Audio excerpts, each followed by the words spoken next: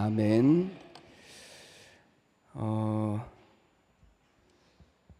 사무엘상은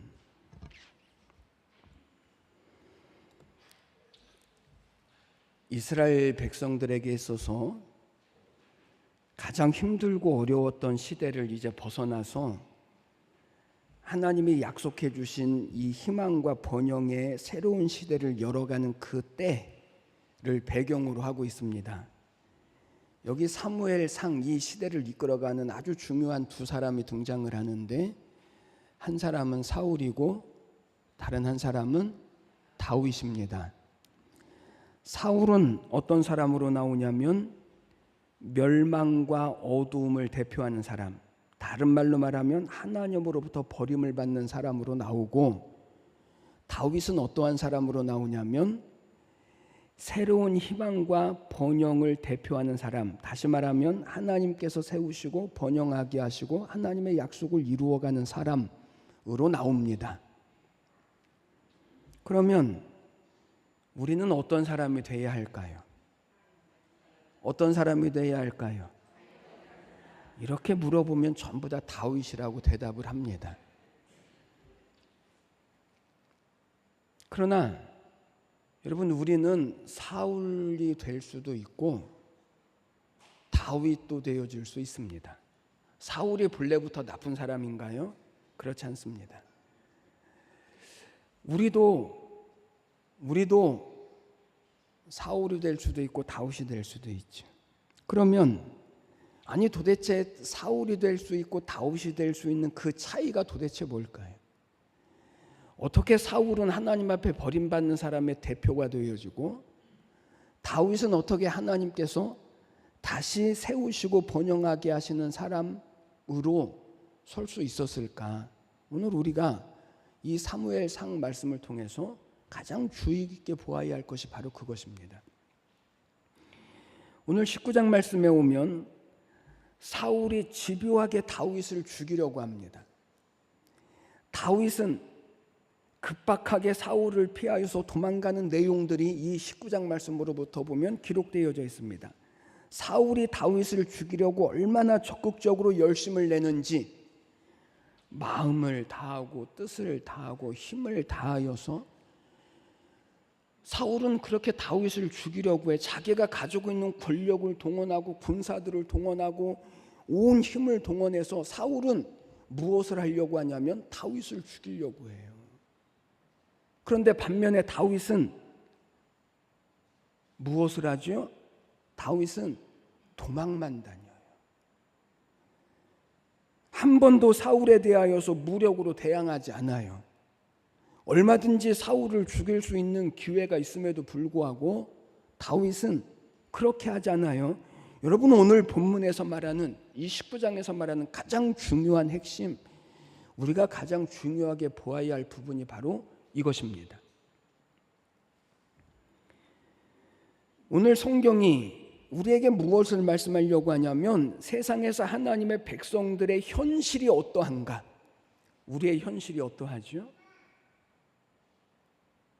그리고 뿐만 아니라 다윗에게 주셨던 이 하나님의 약속들을 이루어 가시는 것을 통하여서 하나님의 자녀인 우리들에게 우리의 현실과는 이해할 수 없는 이 하나님의 약속들을 어떻게 이루어 가시는지를 하나님은 다윗을 통해서 보기를 원하셔요.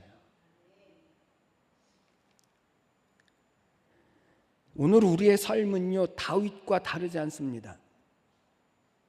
우리는 하나님의 백성입니다. 우리는 왕같은 제사장들입니다. 우리는 하나님만이 유일한 하나님이신 줄을 아는 사람이요, 우리에 대하여서 하나님의 소망과 기대와 하나님의 뜻을 가지고 있는 줄을 우리는 믿는 사람들입니다. 하나님의 자녀입니다. 그럼에도 불구하고 세상은 우리의 현실은 우리를 늘 괴롭게 하고 넘어뜨리려고 하고 자기의 종으로 만들려고 합니다. 다윗과 우리는 다르지 않습니다. 그러면 오늘 다윗이 그 앞에서 어떻게 하는지, 우리는 어떻게 다윗과 같아야 하는지, 그래서 하나님이 다윗을 통해서 하나님의 약속을 어떻게 이루어 가시는지를 보아야 하고, 우리 각 사람들에게 가지신 하나님의 기대와 우리의 믿음의 소망을 하나님이 어떻게 이루어 가시는지를 우리는 또한 보셔야 하는 것입니다. 여러분, 오늘 우리가 이 하나님의 약속을 이루느냐 이루지 못하느냐, 서두에 말씀드렸던 것처럼 사울이 되느냐 다윗이 되느냐, 도대체 이 차이가 무엇이고, 그리고 우리는 이 현실 앞에서 우리는 어떻게 해야 할까를 오늘 다윗을 통해서 우리가 다 믿음으로 보시게 되기를 주님의 이름으로 간절히 축복합니다. 먼저는 우리가 이 현실 앞에서 어떻게 해야 하냐면 우리의 마음의 치유를 받아야 합니다. 마음의 무엇을 받아야 합니까? 치유를 받아야 합니다. 왜죠? 우리의 현실이 그렇거든요. 우리의 현실이 상처를 안 받고 살 수 없고 시험을 안 받고 살 수 없는 우리의 현실, 다윗과 같은 현실을 우리가 살기 때문에 그렇습니다. 여러분, 다윗이 골리앗을 이기고 전쟁에서 승리했을 때 사울 왕은 이 다윗을 군대의 장관으로 삼습니다. 그 어린아이를 군대의 장관으로 삼아요. 그리고 전쟁을 끝내고 돌아오는데 이들을 맞으러 나온 여인들이 노래를 부르는데 뭐라고 불렀다고요? 사울이 죽인 자는 천천히요, 다윗이 죽인 자는 만만이로다. 이 노래를 듣기 전까지만 해도 다윗이 전쟁에서 이기는 것을 사울도요 당연히 좋아할 수밖에 없습니다. 좋아했습니다. 그러니까 군대 장관으로 삼았겠죠. 그런데 이 노래를 듣고 나서 사울의 마음이 어떠했을까요? 어땠을 것 같아요? 여인들이 노래를 하기를 사울이 죽인 자는 천천히요 다윗이 죽인 자는 만만이로다, 이렇게 노래하는 소리를 듣고 사울의 마음이 어떠했을까? 그것이 사울의 마음에 상처가 되어져요. 런던에 마이어라고 하는 목사님이 계셨습니다. 이분이 당시에 런던에서 설교를 제일 잘한다라고 하는 그런 평가를 받았습니다. 그런데 어느 날 갑자기 이 목사님보다 설교를 잘하는 두 분의 목사님이 나타난 거예요. 한 분은 스펄전 목사님이고 다른 한 분은 캠벨이라고 하는 목사님이십니다. 그런데 그 교회의 성도들이 가끔 목사님에게 와서 이렇게 말해요. 목사님, 스펄전 목사님의 설교가 너무 좋아요. 캠벨 목사님의 설교를 들었는데 너무 은혜가 돼요. 누구에게? 자기 담임 목사님에게. 이런 사람을 뭐라고 불러요? 주책.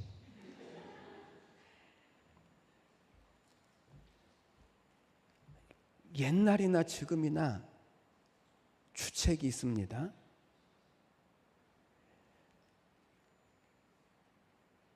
아니, 이 소리를 들은 마이어 목사님의 심정이 어땠을까요?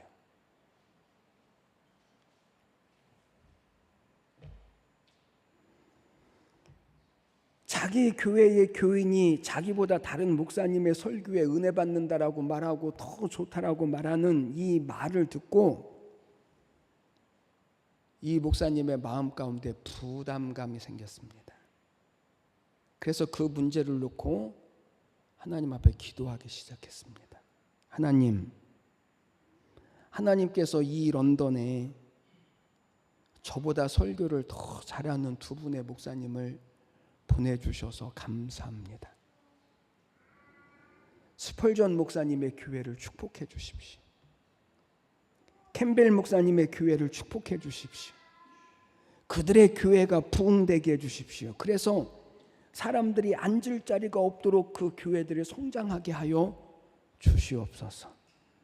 그리고 하나님, 앉을 자리가 없어서 남는 사람들이 있거든 저희 교회로 보내주시옵소서. 그리고 실제로 이 라이어 목사님은 그 두 명의 목사님들의 설교를 연구까지 했다고 그래요. 그래서 그 목사님들과 함께 그 시대의 최고의 설교자가 되어졌어요. 그런데 오늘 사울을 보십시오. 여인들의 노래를 듣고 그것이 마음의 상처가 되어졌습니다. 상처로 받아들였습니다. 그래서 다윗을 군대장관에서 천부장, 군대장관은 모든 군대의 가장 우두머리인데 천부장은 1000명을 다스리는 사람 아닙니까? 이 군대장관에서 천부장으로 강등을 시키고 16절 말씀을 보니까 다윗이 백성들을 가까이에서 활동하게 되었고 백성들로부터 더 사랑을 받게 되어지니까 사울은 더 마음이 상했고 결국에는 요나단과 모든 신하들에게 다윗을 죽이라고 명령을 내리는 거예요.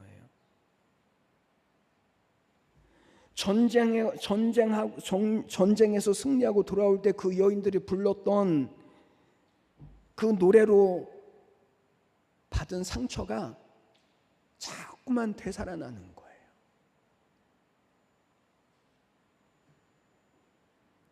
그리고 이 마음의 상처 때문에 어떠한 결과를 얻냐면 9절 말씀을 보니까 하나님이 부르시는 악령이 사울에게 임해요. 여러분, 여기 하나님이 부리시는 악령이 사울에게 임했다라고 하는 말은 하나님이 사울에게 악령을 들게 하셨다라고 하는 말이 아니라 이 악령조차도 누구의 통치 아래 있냐면 하나님의 통치 아래 있다 해요. 그리고 10절 말씀을 보니까 사울왕이 단창을 던져서 사울을 죽이려고 하고 부하들을 보내서 다윗의 집에까지 가서 다윗을 죽이려고 하는 거예요.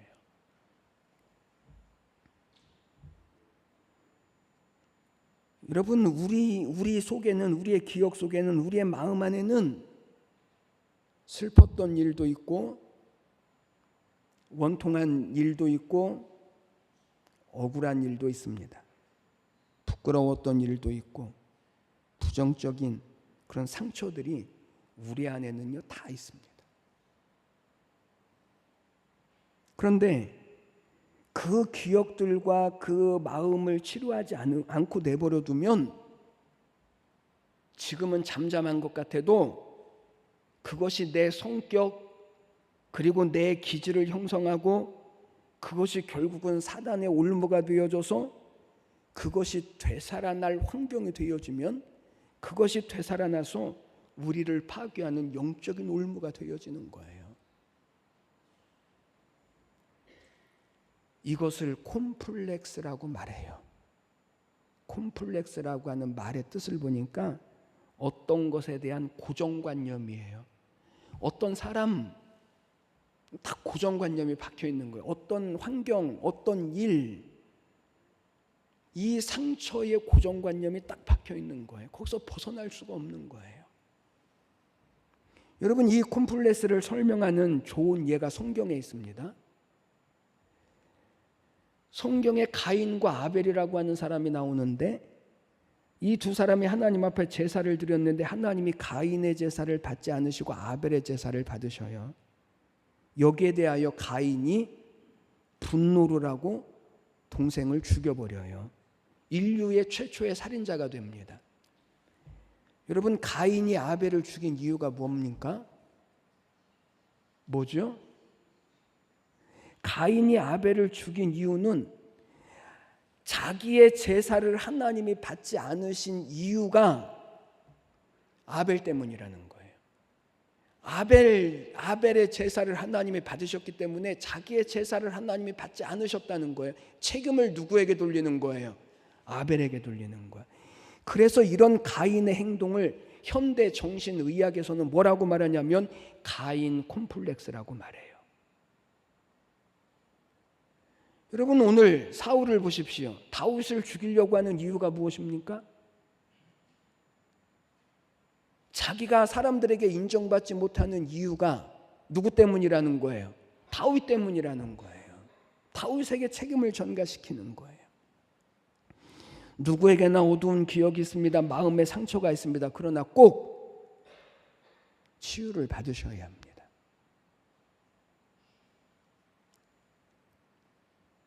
어떻게 치유를 받을 수 있을까요? 우리의 마음의 상처를.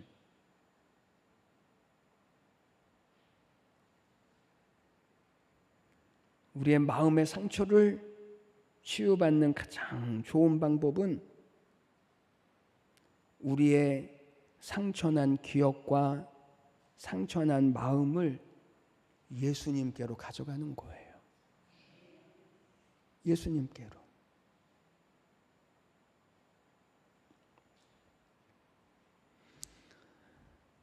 사람 붙들고 하지 말고 예수님께로 가져가는 거예요. 억울한 일을 당했다고, 원통한 일을 당했다고 주님 앞에 다 내어 드리는 거예요. 몸이 병이 나면 의사를 찾아가요. 의사를 찾아가서 아픈 부분을 보여줘야죠. 의사에게 보여주지 못할 곳이 있습니까?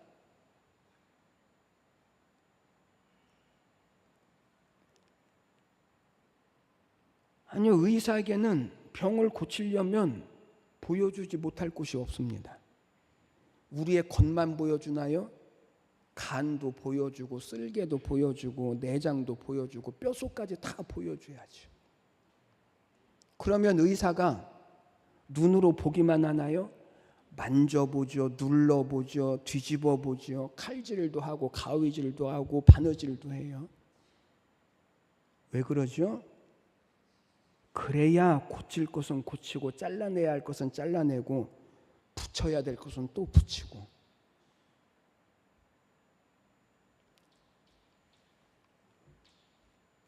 여러분, 우리의 마음, 우리의 기억 가운데 난 상처와 시험, 세상 어디에서 그것을 고칠 수 있을까요?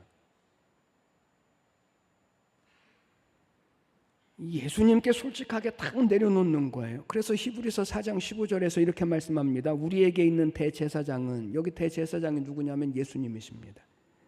우리의 연약함을 동정하지 못하시리가 아니요 모든 일에 우리와 똑같이 시험을 받으신 이로되 죄는 없으시니라. 여러분, 예수님이 세상에 오실 때 왜 아기로 오셨을까요? 그 이유는 완전한 사람이 되셔야 하고 우리를 완전하게 이해하시고 그래서 우리의 모든 죄를 완전하게 해결하시기 위해서 주님은 이 세상에 아기로 오셔요. 그래서 예수님은 우리의 연약함을 아셔요. 예수님은 우리의 아픔을 아셔요. 뿐만 아니라 우리를 이해하셔요. 그리고 우리의 모든 마음과 육신과 우리의 모든 삶의 상처를 주님은 고치시고 치료하시는 거예요. 여러분의 마음의 상처 그냥 두지 마십시오. 덮어주지 마십시오. 이것이 지금은 잠잠해져도 어떤 환경이 일어나면 이것이 우리를 넘어뜨리는 올무가 되어져요. 두 번째는 시험에 들지 말아야 합니다. 뭐 하지 말아야 합니까? 다시 크게 뭐 해야 합니까? 시험에 들지 말아야 합니다. 여러분, 사울 왕이 다윗을 미워하게 된 원인이 뭐죠?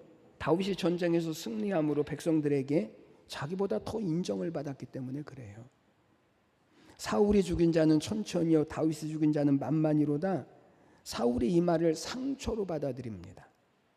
그런데 그 마음의 상처를 통해서 누가 사울을 지배하기 시작하냐면 악령이 사울을 지배하기 시작해요. 여러분, 악령이 선한 마음을 지배할까요? 그 상처난 마음을 악령이 지배하기 시작해요. 여러분, 왜 시험에 들지 말아야죠? 우리의 마음의 상처와 나쁜 기억을 통해서 누가 일하기 시작하냐면 마귀가 일하기 시작해요. 그러니까 여러분, 나에게 상처가 되는 것들을 받아들이지 마십시오.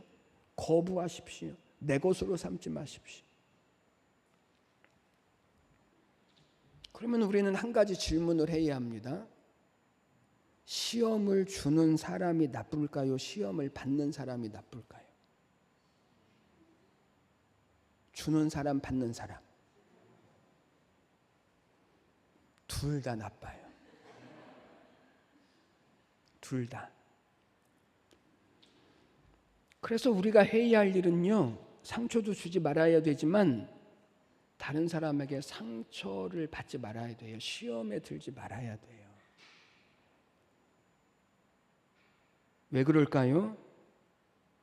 사울 한 사람이 시험에 드니까 사울만 힘든 것이 아니고 주변에 있는 모든 사람들이 다 불행해져요.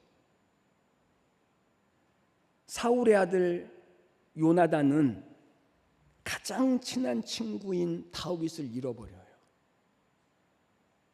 사울의 딸 미갈은 사랑하는 남편 다윗을 잃어버려요. 백성들은 민족의 영웅인 다윗을 이 사울 왕의 명령 때문에 죽여야 되는,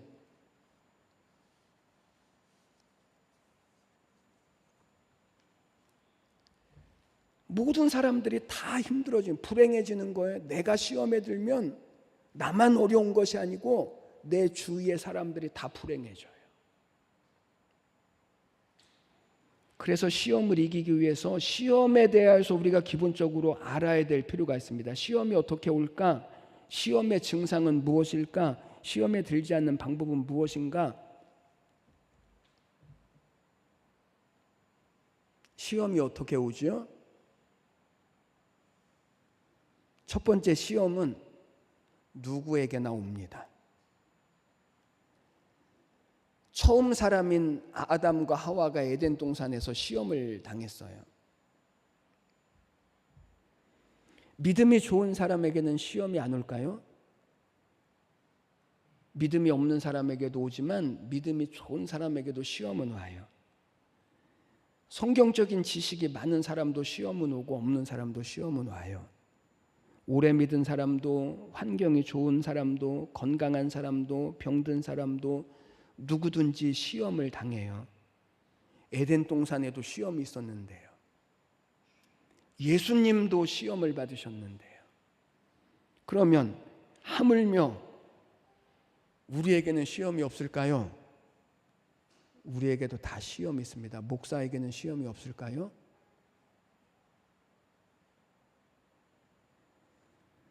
목사면 시험이 없습니까? 장로면 괜찮습니까? 믿음이 좋으면 괜찮습니까? 성령 받으면 괜찮습니까? 아니요, 모든 사람에게는요, 시험이 있어요. 그러니까 시험이 오거든, 아, 내게도 시험이 왔구나 인정하셔야 돼요. 인정하시는 데서부터 치유를 받을 수 있으니까. 누구에게 나와요? 나에게 시험이 옵니다. 두 번째, 시험은 하나님의 말씀을 잊어버리게 합니다. 마귀가 하와에게 뭐라고 말했냐면, 너희들어 이 동산 안에 있는 실과를 먹지 말라고 하더냐? 그랬더니 하와가 대답합니다. 하나님의 말씀에 너희는 먹지도 말고 만지지도 말고 너희가 죽을까 하노라 한다. 그러자 마귀가 뭐라고 말하냐면, 아니야, 너희는 죽지 않아. 선악과를 먹어도 죽지 않아. 괜찮다는 겁니다. 여러분, 시험은요 어떻게 오냐면 항상 괜찮다라고 하는 말로 와요. 괜찮다라고 하는 말이 무서운 말이에요. 선악과를 따먹고 하와가 그때 괜찮지 않았다면, 배탈이 나고 죽을 것처럼 고통스러웠다면 아마 하와가 그 자리에서 회개를 했을 거예요. 그런데 괜찮았어요. 먹고도 괜찮았어요. 아무렇지도 않았습니다. 그래서 하와는 괜찮다라고 여기고 자기 남편인 아담에게도 선악과를 준 거예요.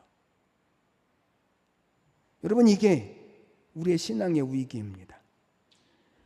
하나님의 말씀이 믿어져야 합니다. 하나님의 말씀은 그대로 이루어진다라고 하는 사실을 우리는 믿어야 합니다. 그런데 마귀는 뭐라고 말하냐면 괜찮다는 거예요. 주일 한번 범해봐. 괜찮아. 실제로 주일 한번 범했더니, 범하면 죽을 줄 알았더니 괜찮거든요. 또 용기를 얻으실까 봐 또 걱정되긴 하지만 괜찮아요. 그러나 속지 마십시오. 괜찮은 게 아닙니다. 11조 안 드려도 괜찮아.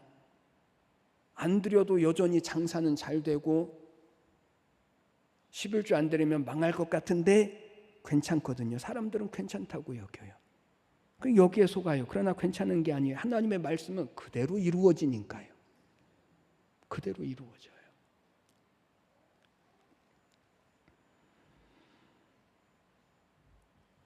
시험은 항상 하나님의 말씀을 잊어버리게 만들어요. 왜곡시켜요. 이게 시험이에요. 세 번째, 시험은 우리의 영의 눈을 흐리게 하고 육의 눈을 밝게 해요. 시험에 빠지면 세상 것들이 좋아 보이기 시작해요. 안 죽어, 괜찮아. 하와가 이 말을 듣고 선악과를 딱 보았더니 어떻게 보이냐면 먹음직도 하고 보암직도 하고 탐스럽기도 하고 자꾸 좋아 보여요. 나쁘게 보이면 안 할 텐데, 두려워 보이면 시험에 안 빠질 텐데 자꾸 좋아 보이는 거예요. 좋아 보이니까 자꾸만 시험에 빠지는 거예요. 이거 시험인 거예요. 두 번째, 그럼 시험의 증상이 뭘까? 사실은 보통 사람들은요, 내가 시험에 든지도 모르고 신앙생활하는 사람들이 많습니다. 시험의 증상을 몰라서 그래요. 첫 번째, 시험에 들면 하나님의 말씀 듣는 것이 싫어져요. 아담과 하와가 시험에 들고 난 다음에 하나님의 말씀 듣는 것이 싫어졌습니다. 그래서 하나님의 말씀을 안 들으려고 숨어요. 사람들이 시험에 들면 가장 먼저 나타나는 현상이 뭐냐면 말씀 듣는 것이 싫어져요. 말씀에 흥미가 없어져요. 귀에 들어오지 않아요. 전에는 그렇게 은혜스럽고 기쁘게 들었던 말씀도 시험에 들면 하나도 기쁘지 않아요. 판단만 해요. 판단. 옳고 그름에 대한 판단. 이거 시험의 증상이에요. 두 번째, 시험에 들면 하나님을 멀리하게 되어져요. 하나님이 아담에게 찾아오셔. 아담아 어디 있느냐? 그랬더니 아담이 뭐라고 말하냐면 내가 숨었나이다 그랬습니다. 왜 숨었죠? 전에는 하나님 오시는 것이 그렇게 좋았는데, 그렇게 기뻤는데, 반가웠는데, 하나님과 가까이 가고 싶었는데 시험에 드니까 도망가기 시작해요. 멀어지기 시작해요. 만나기 싫은 거예요. 이거 시험인 거예요. 세 번째, 시험에 들면 원망과 불평이 많아져요. 아담에게 하나님이 말씀하셔. 너 왜 그랬니? 그랬더니 아담이 뭐라고 말하냐면 하나님이 내게 주신 여자 때문에 내가 그랬습니다. 하와에게 너 왜 그랬니? 그랬더니 하나님이 만드신 뱀 때문에 내가 그랬습니다. 시험에 들면 모든 일이 원망과 불평이 일어나기 시작해. 이거 시험에 든 거예요. 자, 그러면 혹시 시험에 든 것 같은 분 손 들어 보십시오. 없는 거예요.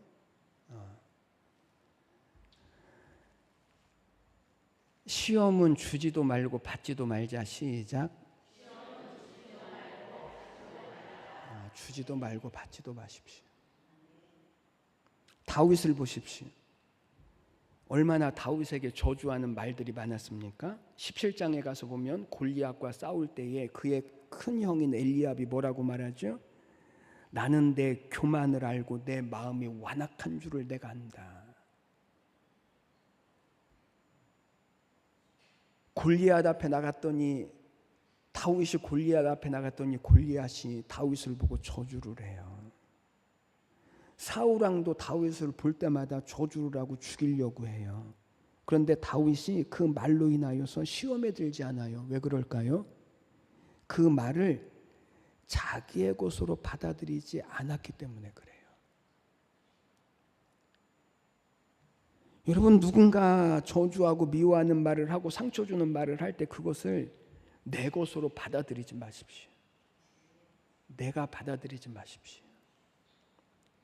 거부하십시오.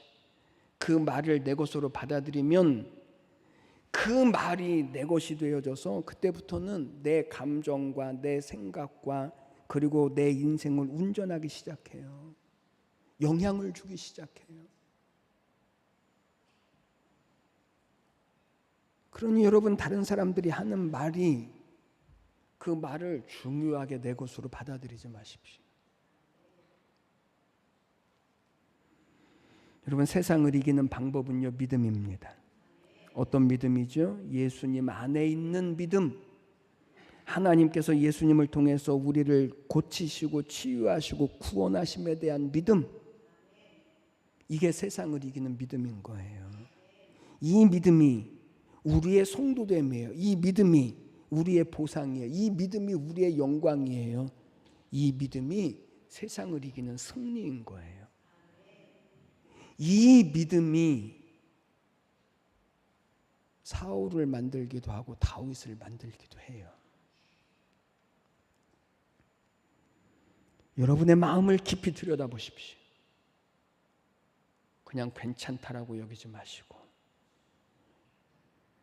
시험에 들었는데 괜찮은 것처럼 여기지 마시고, 상처받았는데 괜찮다라고 여기지 마시고,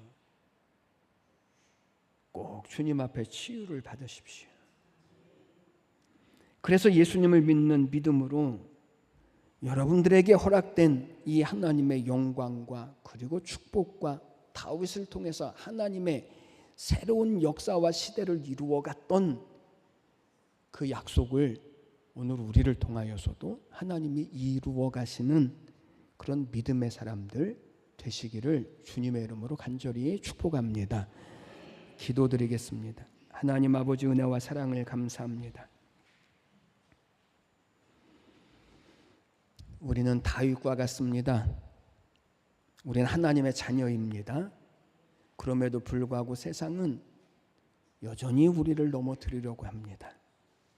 여기에 대하여 상처받지 말게 하시고 시험에 빠지지 않게 하여 주시옵시고, 다윗을 통하여 하나님의 모든 뜻을 다 이루어 가셨던 것처럼 우리 각 사람들을 통하여서, 우리 교회를 통하여서 하나님의 뜻을 다 이루어 가실 믿음과 은혜가 우리 모두에게 있게 하여 주시옵소서. 감사드리며 예수님의 이름으로 기도드리옵나이다. 아멘.